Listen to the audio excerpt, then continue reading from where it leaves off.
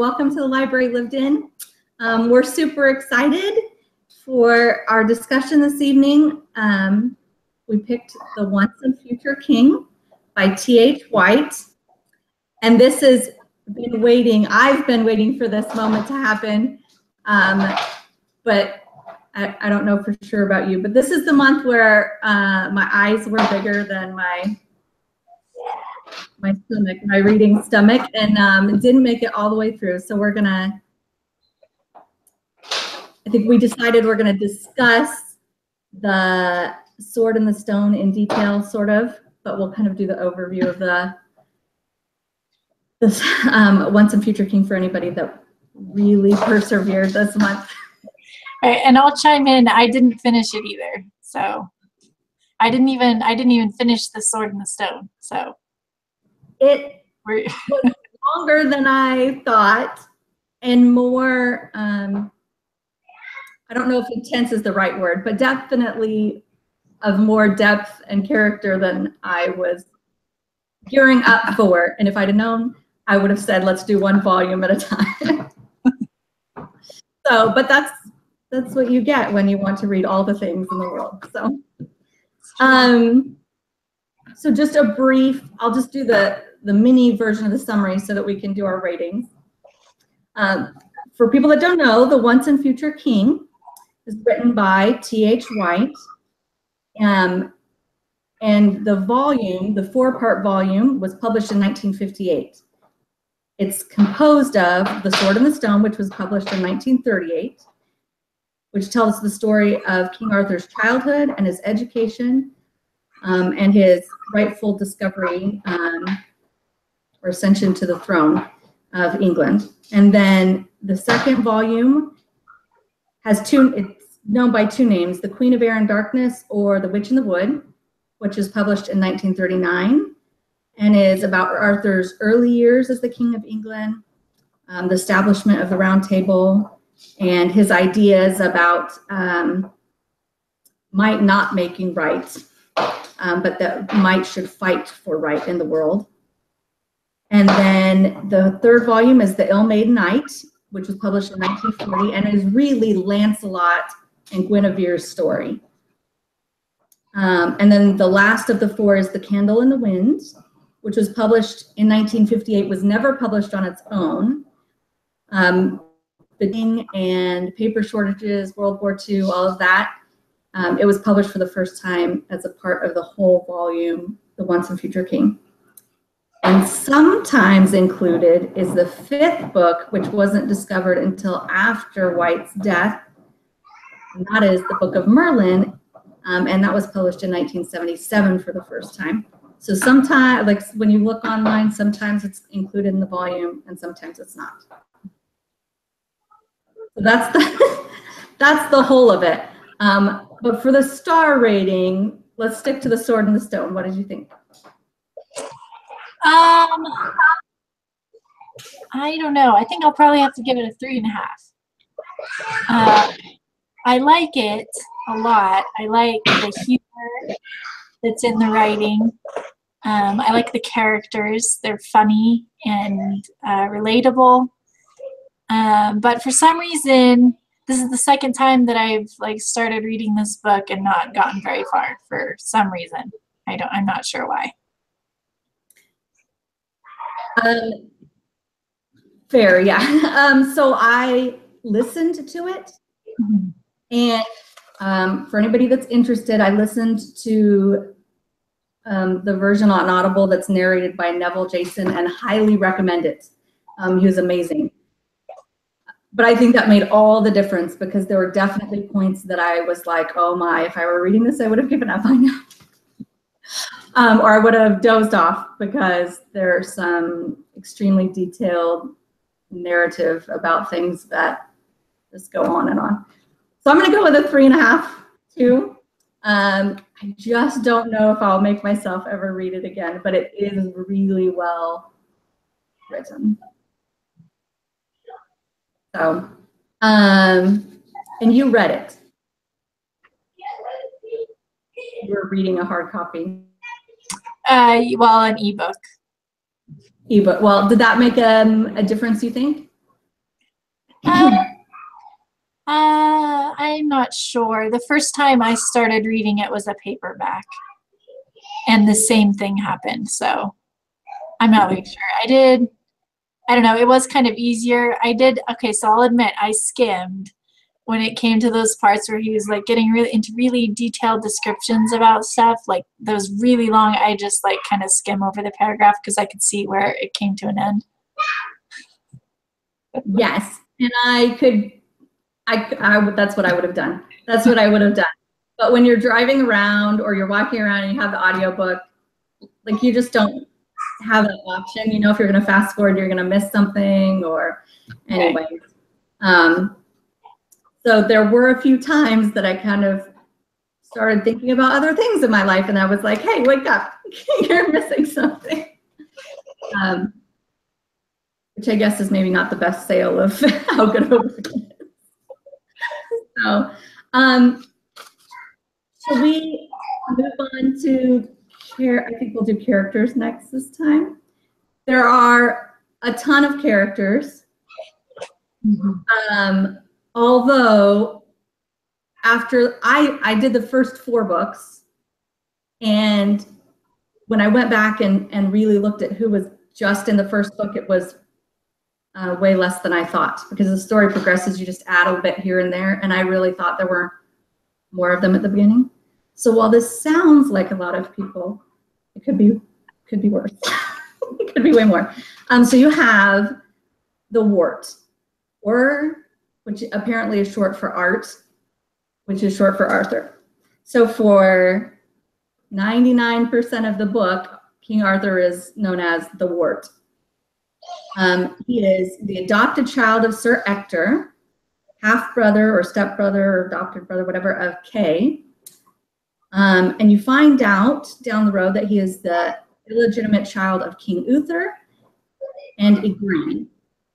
And at the end of the book, he becomes the King of England.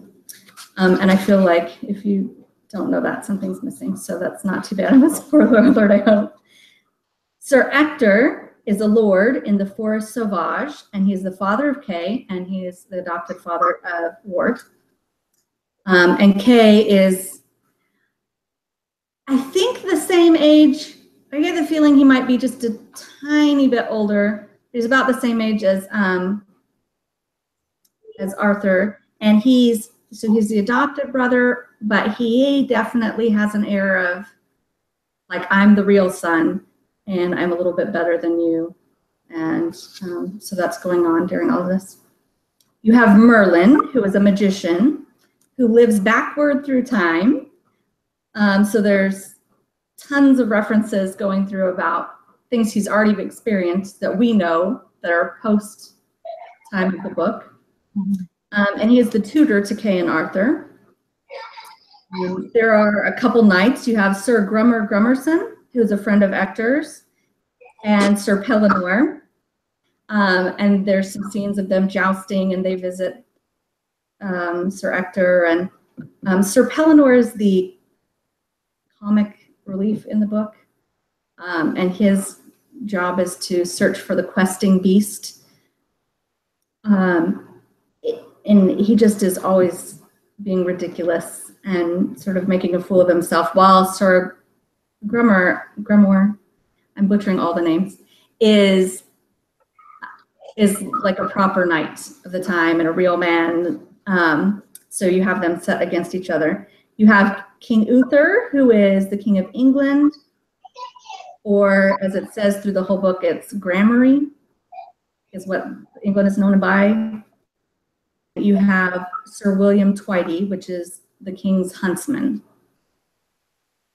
And then to minor or lesser characters in the story, you have Wat, who is the crazy man who lives in the forest, and the dog boy, who is in charge of Sir Ector's dogs.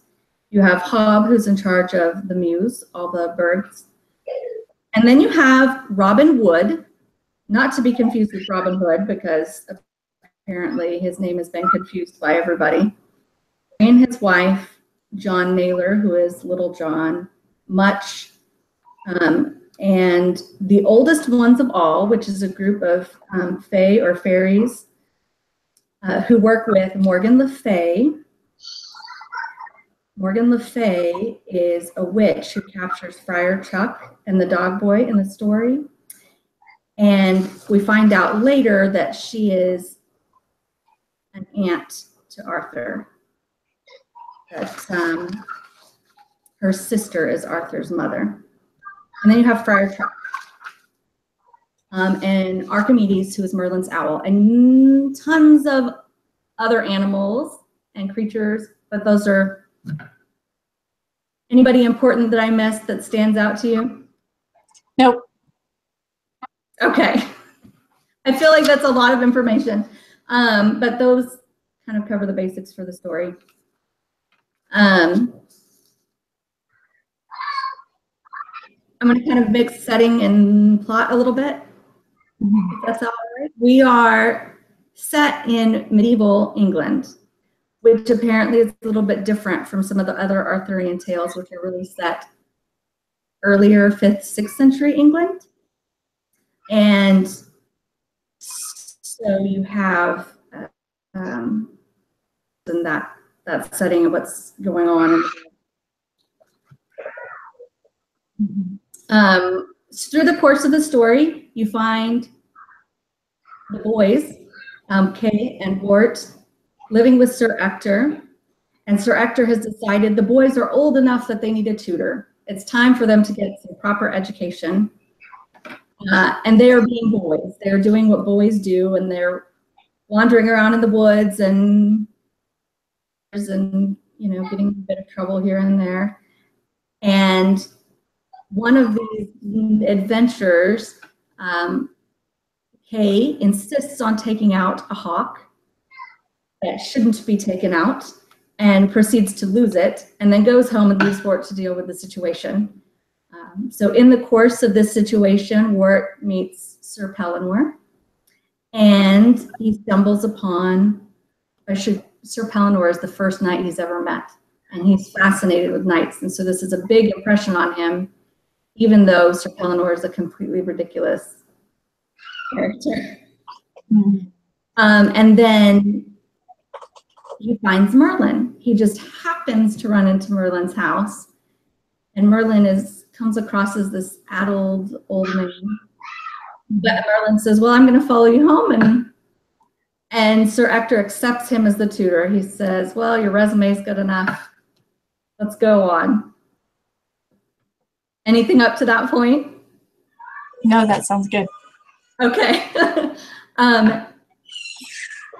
So the majority of Wart's education from that time forward is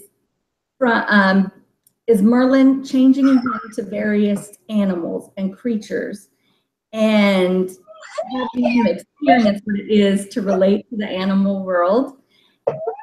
So he gets to become a fish and a couple different kind of birds, an ant, a snake, a badger, and he learns lessons from all these different creatures about the way the world should work.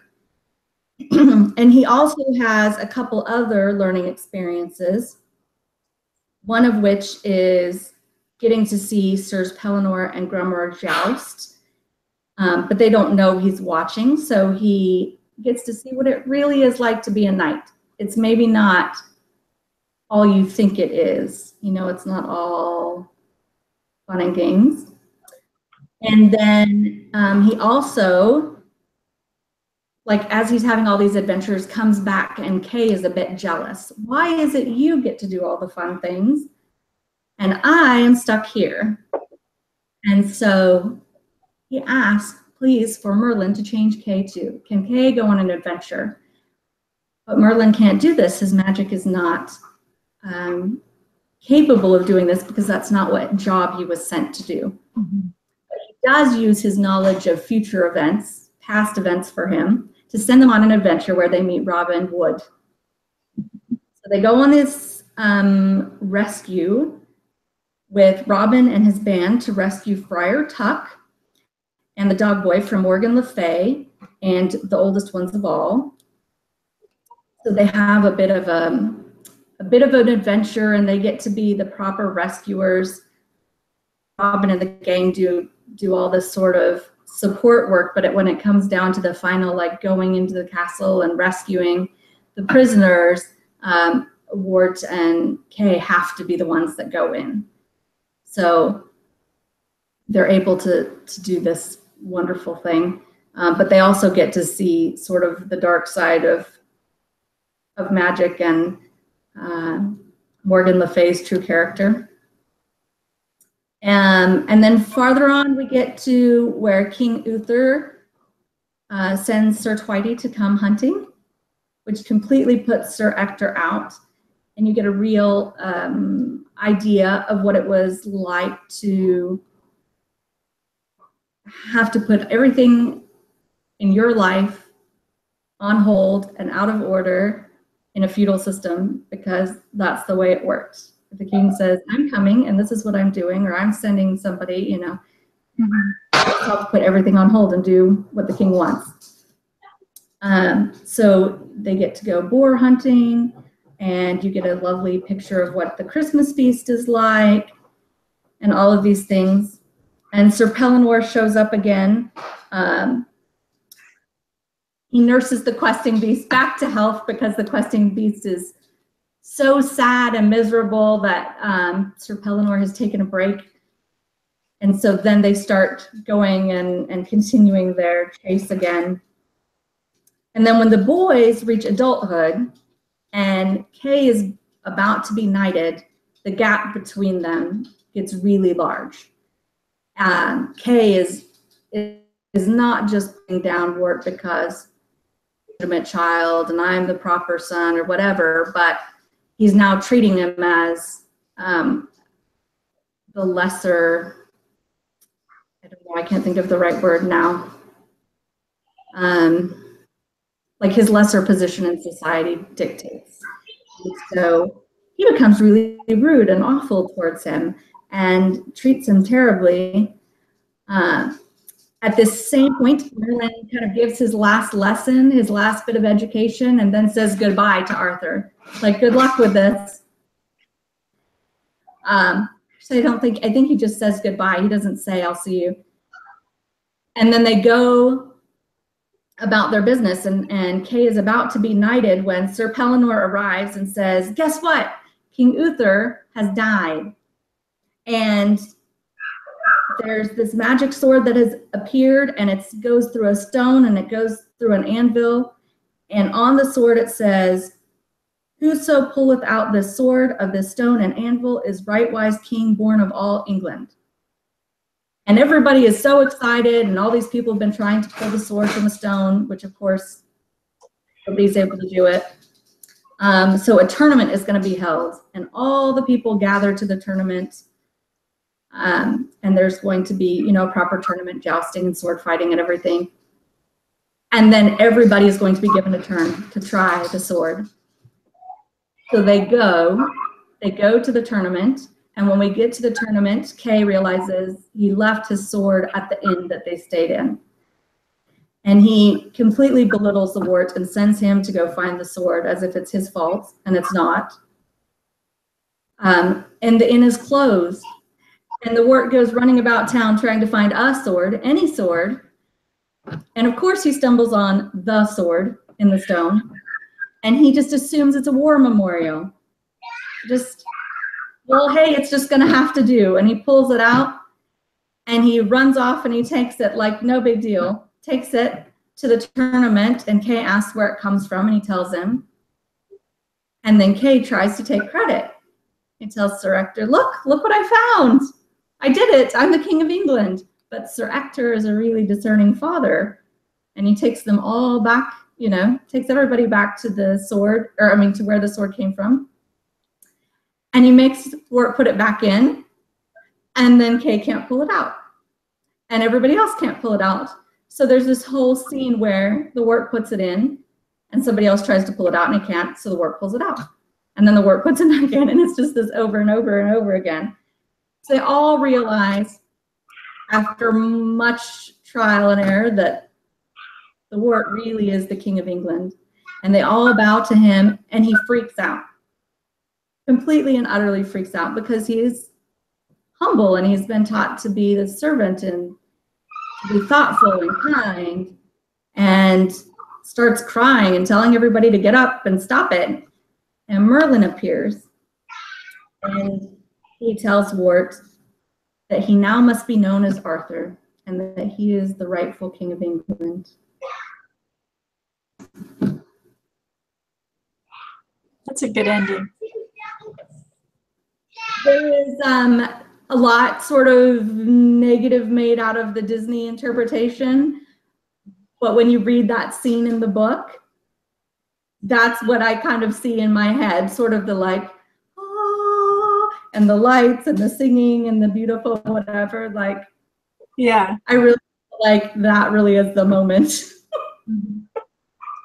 So it's very sweet that he is able to sort of have that moment after all his rough treatment through the years. So how far did you make it? Where did you get to? I got to the part right before Wart and Kay were about to go on their quest. So I think that's like chapter 10. It's not far at all. But it's a lot. It's a lot. That's sort of, I think, where it gets more exciting too. I'll have to keep where more things start to happen. Yes, don't give up. You can finish.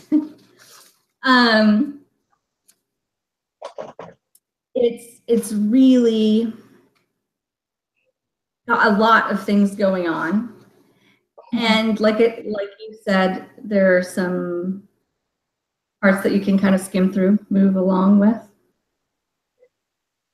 but I think there's a lot of deeper things going on as well. I guess before I go past that, setting and world building, what I didn't get to, there's a lot of natural history of England, which kind of falls into the part that you could kind of breeze past a little bit. If you're in it just for the storyline, the actual, what's going on with the characters, but there's a lot of truth and beauty to recognizing what's there too, you know, to appreciating that nature, which I would never do of my own accord. So it was kind of good. You have a lot of talk about medieval sports. There's hawking, tilting or jousting, boar hunting, all these sort of things that we would, you know, are not a thing anymore. And then customs of the time.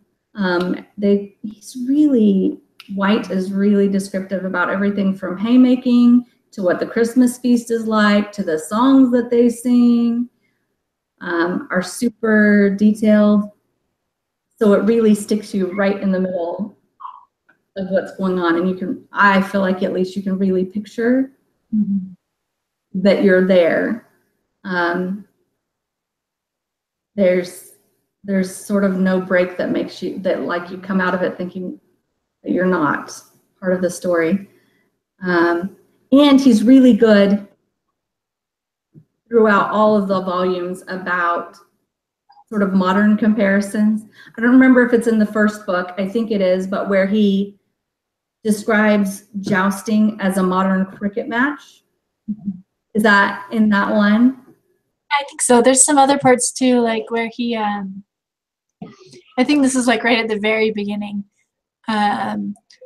Sir Ector is like having a drink with someone and they're talking, and he says that they were drinking port and talking. And then like he, as an aside, he's like, they weren't really drinking port, but I'm just saying that so that you know like what they're doing, like the manner in which they're acting, which I thought was clever. Yes, yes, and there's full of all these sort of things as you go along. The thing about jousting, he was like, you know, like with a cricket match where there's teams and there's points and there's sides, like all these sort of things to make it relatable to a more modern audience, which some of the things, like it was published in the 30s, late 30s, and in the 50s. So some of it maybe is dated. but it's not like beyond what we could understand now. Right. You know? So I felt like all of those things and his excessive descriptions really put you in the middle of it, even though sometimes they run on a bit. So that basically outlines the story.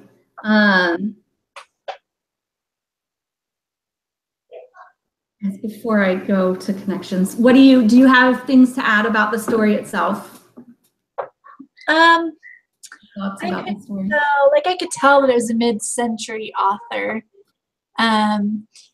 Like the way that Sir Ector spoke, like you could really just get a feel for what kind of a guy he was, because he was always talking about how they needed to have an education, and like just the way he spoke, like I could imagine him very well. And kind of, I think King Pellinore was kind of the same way. Like they're just such funny characters, and they, I guess vivid is the word I'm looking for. Agreed. Well, and with the audiobook, the reader that I had, I think added to that. Like the voices and such were also contributed. Sir Pellinore was so whiny, you know, just so, and the reader also, you know, was whiny and but in the appropriate way, you know. And so it was always, you know, like, oh, poor me, and how hard I have it, and all these things. And it brought a lot of life to each character. But I feel like the reader couldn't have done that if the descriptions weren't there from T.H. White. T.H. White was very clear in his descriptions of the various characters. So, about what they were thinking, not just what they looked like, or right. So, I guess I should say T.H. White. T.H. stands for Terence Hanbury, and he was born in India in 1906 to British parents. But his parents, he had a rough childhood. His parents divorced, and I think he said his father was an alcoholic and his mother was controlling, and so he was sent to England to live with relations in England and to be educated in England. And so he spends some sort of miserable time, self-described miserable time, going to school in England, but became really well educated. Spent a lot of time, obviously, studying Arthurian legends. Wrote all kinds of things, became a teacher. And the things, of course, that he's best known for writing are the Arthurian legends, though he writes other things. And this particular take on the Arthurian legends come from he's adapting them from Sir Thomas Malory's version, which is Le Morte d'Arthur, which I probably am also butchering because I can't speak French. And he died in 1964. He just was returning from a lecture series and didn't quite make it home. He was still on a boat in Greece. He was only 57. He was only 57, but he did a lot of work in the meantime. So I thought it was really interesting because if you go to look up Arthurian legends and their sources, it's truly legends. It comes back from stories passed by mouth so old and so long ago that there is not a single source. They come from all over, and so we can sort of track down the first written sources.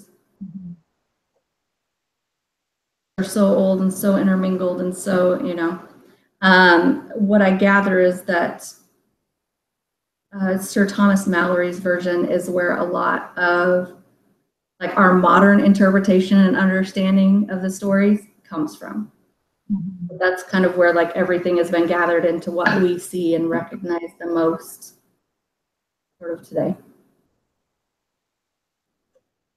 Yeah.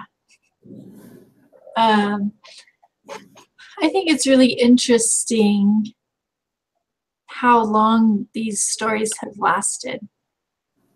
Why do you think that is? Why do you think that they keep getting reimagined and passed down for so many years? Oh, that's a good point. One of the background articles that I was reading, and I won't be able to quote which one it is right now. One of them was talking about where does Arthur come from? Like so many people have tried to figure out, was there actually like a real historical person that Arthur was based on? And you know, archaeological research and all these things, and nobody can pinpoint an exact person. There's a few theories out there, but what it was getting at is that in the 6th century and then again in the 12th century, and these various points that it's come back, is that there were points in British history and European history where people needed to believe that there was a hero out there that was going to come to their rescue, that there was someone great and good that would come in and make things right, you know, or somebody to believe in. I feel like that has a lot to do with it. And maybe we know now that it's a legend and not a specific person, but the stories are classic and everybody wants to believe that there's truly good, honest, honorable people in the world that are out to better the world and not in it for themselves, not just selfish ends. I think that's what it is. What about you? Yeah, I think so too. And I think the fact that it can't be pinpointed helps also. Because I know sometimes people are like really focused on historical accuracy, and since that's not really possible to a certain extent with this legend, I think that's part of why people feel like they can reinvent it over and over. So yeah. That's a good point, because I don't know, there's a lot of history and things, especially in older parts of the world, where I feel like in modern times we're able to prove or dispute certain things that have passed down through time, and maybe because we can't that kind of gives it a life of its own. It can still do what it needs to do. So, good thought. Good thought. Did you have any other, like, I feel like I've done a boatload of talking. Like, I did want to talk about chivalry. So I read somewhere, I'm not sure, it might have just been on Wikipedia, so take that with a grain of salt. It said like they can't prove that there was actually like an age of chivalry when knights had like that code that they lived by. It basically said that it wasn't real and that people just said it was like after the fact because they liked the idea. So what do you think about that? I don't know if we want to get into all the like the feminist stuff, but some people like chivalry and some people don't. It's worth chatting about. I didn't research so much in chivalry specifically. I forget whose idea it was that I feel like it's hinted at in the Once and Future King across the 4 books. And I feel like then it was followed up in something else that I read. That the idea of chivalry was the whole might makes right, and that you were a man and that you could go out, you could be a knight and you could go out and use your force to do what you wanted to.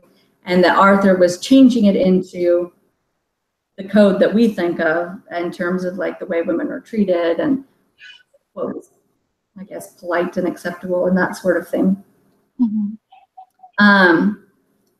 I think it goes back to the same thing though. Like, we would like to think that there are better times. Life is, grass is greener somewhere else. Life is always better, than when it is when we're living it. And it's easy to say this other thing. So I think it's probably just stemmed from the stories. I definitely found myself listening to the books and thinking there were some things that I liked in terms of, if you want to take the feminist like discussion, and some things that really rubbed me the wrong way. And I think part of that is like, it comes from the old tales. It comes from the medieval ages and the way things were. And part of it, I think, comes even from T.H. White's writing and the perspective. Like you said, like you just get a feel for like his times and the way women were treated in his time. It's not very explicit. It's just kind of the feeling. And I don't necessarily love all of those things. Yeah.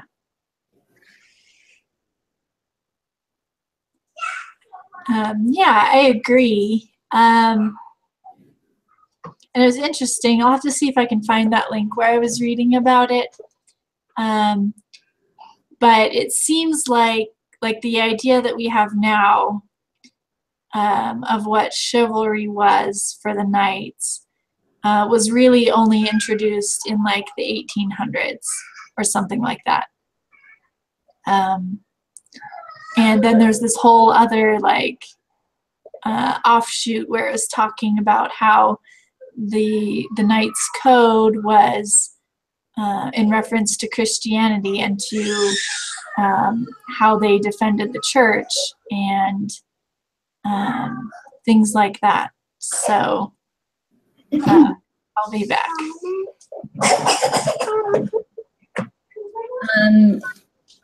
So I guess a couple interesting thoughts or sources. There is online something called the Camelot Project, and it is through the University of Rochester. I gotta read this. And it's a Robbins Library digital project, and it has all things Arthurian. It has links to the texts and the authors and art, and it has discussions about all the different sort of Arthurian connections, going back to Geoffrey of Monmouth and the History Britannica, all the way up to current references and things that are happening. And so I am not an Arthurian expert, but if you can look up like any character you want and see how they've been portrayed through history or whatever. And it's been something they've been working on since 1995. Cool. I just thought that was a really awesome little thing to throw out there. So I found out there's a movie coming out next month about King Arthur. No way. Yeah, Jude Law plays King Arthur. Well, we timed that really well, didn't we? Yeah, we did. And I saw tons of connections to the last few books that we've read. Well, please, because that was the harder part for me. Yeah, so like in Hexwood, obviously King Arthur is in the book. And I had forgotten about, in this book, Merlin lives backwards through time. So a crazy time thing, just like in Hexwood. And like the ideas about chivalry and the knights and the castles and fair maidens and everything was in the Enchanted Castle. I'm sure knowing about the legends about King Arthur are what inspired those kids to think all those things were cool and that they wanted to do them and be like them. And kind of the same thing in Half Magic which was before The Enchanted Castle. And I think probably everybody who's ever heard of King Arthur has kind of that, the idea of being a force for good and making the world a better place by being chivalrous and honorable. I think that goes back to what you said before about people liking the idea of those things being in the world. And so I think that's why it keeps popping up so often, even in just the books that we've been picking recently. So. Definitely. And it kind of made me, I knew there were connections to the most recent reads that we've done, especially because we kind of tend to connect one read to the next, or one read will lead us to something else we want to read. But I didn't necessarily connect them. You've connected it almost to everything that we've read. And so I find that interesting. And I wonder how much of that is because we've gone from one book to the next, or because it's just really pervasive ideas in our culture that have passed down through time. Mm-hmm. So I think it's probably both. Fair. So when you're reading, there's these there's direct connections or direct ways that the books influenced culture. Like we can name certain movies. We talk about The Sword and the Stone, or plays or works.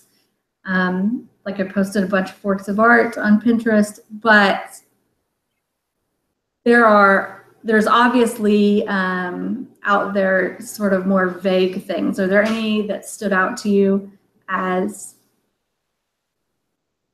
works that you've read or things that you've seen that pull from the same sort of storyline but are not specifically attributed to Arthur? That's a really tough question. Sorry. No, I don't know.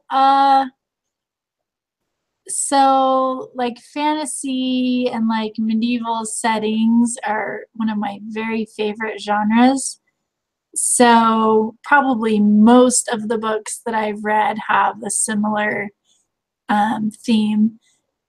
Some, like Tamora Pierce's books, those are like really heavily like with the whole knighthood thing and magic and wizards and all of that, except all from a female perspective. And I really enjoyed those when I was a teenager. She has lots and lots of books that are really great.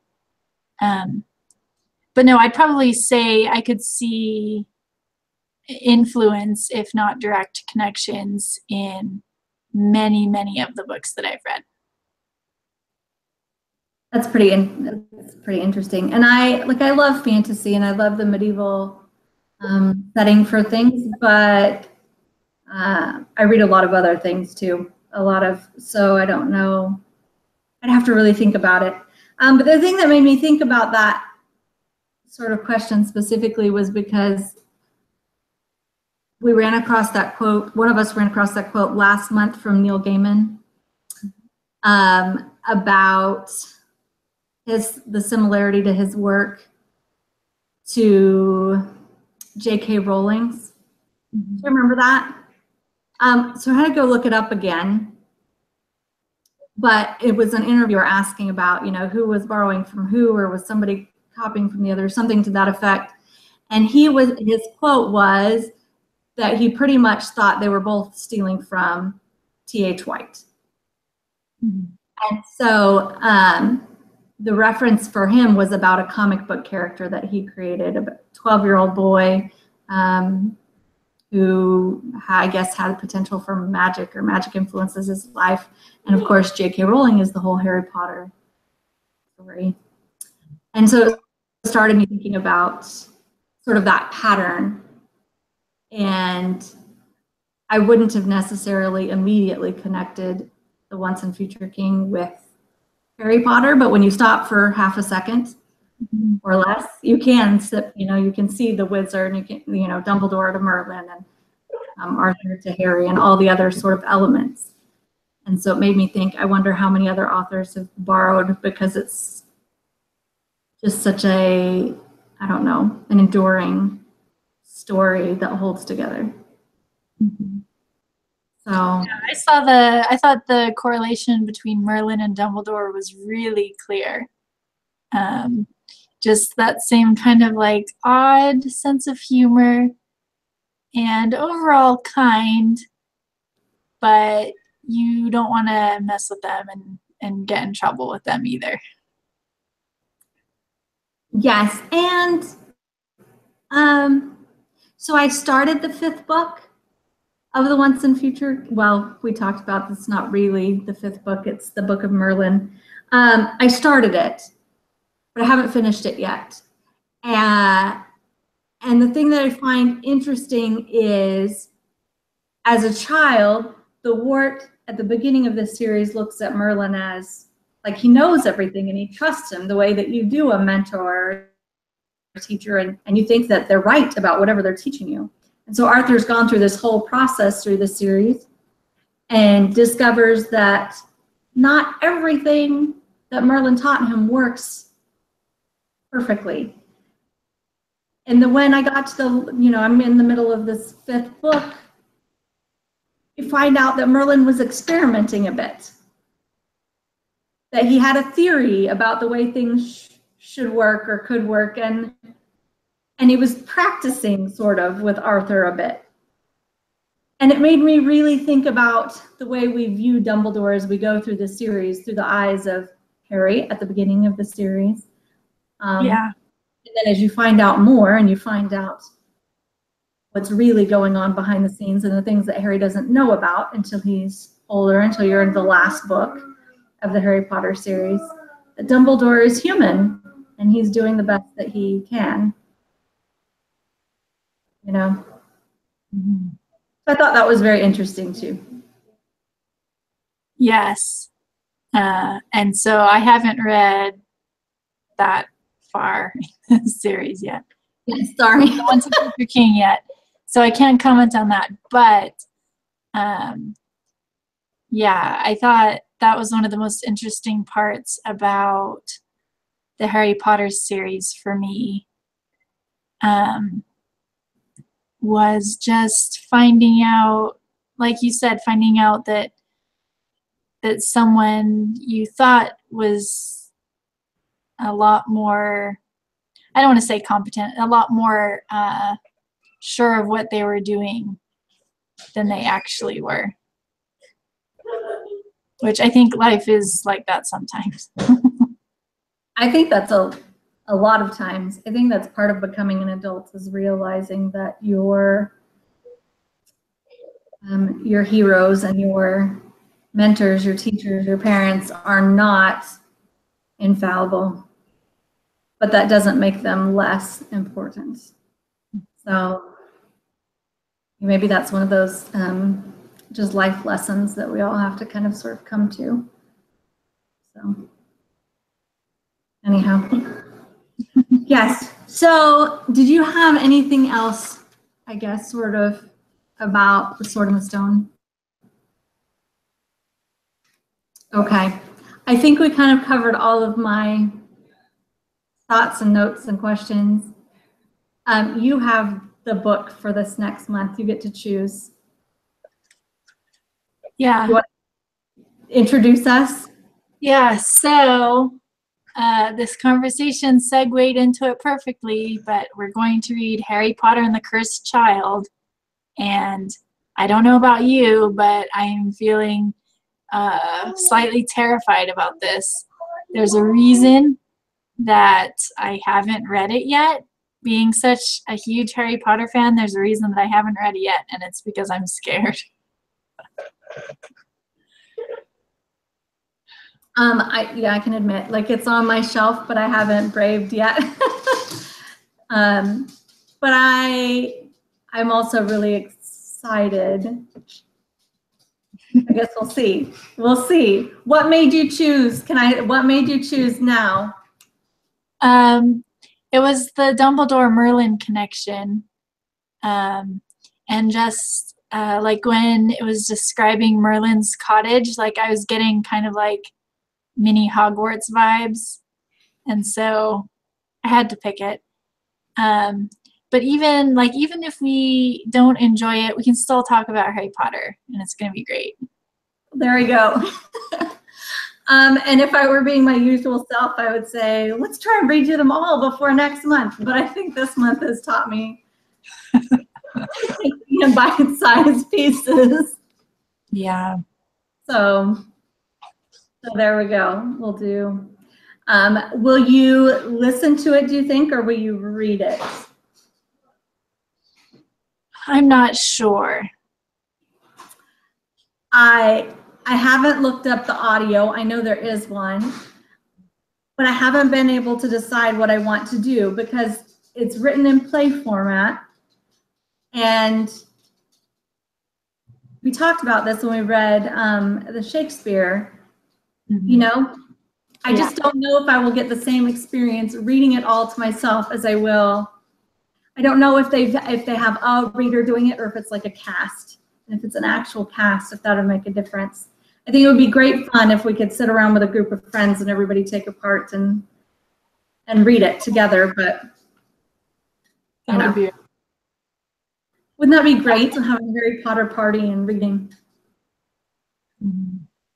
So I don't know if everybody else would sit straight through it though. So, Yeah. All right, well, there we go. Ready or not. And we'll see, maybe some of our friends have already read it and we'll have things to chip in. So we'll go ahead and post all the information and the dates to come. All right. Thanks for joining us. We'll see you next time. Yeah.